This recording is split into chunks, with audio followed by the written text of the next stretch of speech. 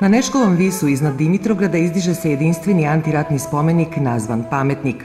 Ova spomen kosturnica je zapravo zajednička grobnica stotinak bugarskih i srpskih vojnika poginulih u bratoubilačkom sukobu na ovom mestu 24. novembra 1885. godine.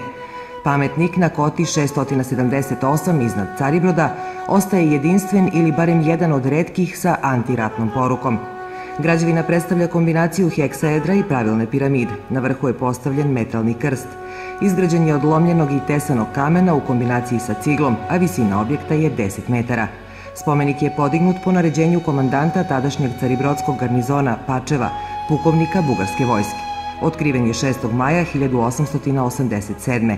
Danas ga i Srbi i Bugari nazivaju Pametnik, po bugarskoj reči za spomenik.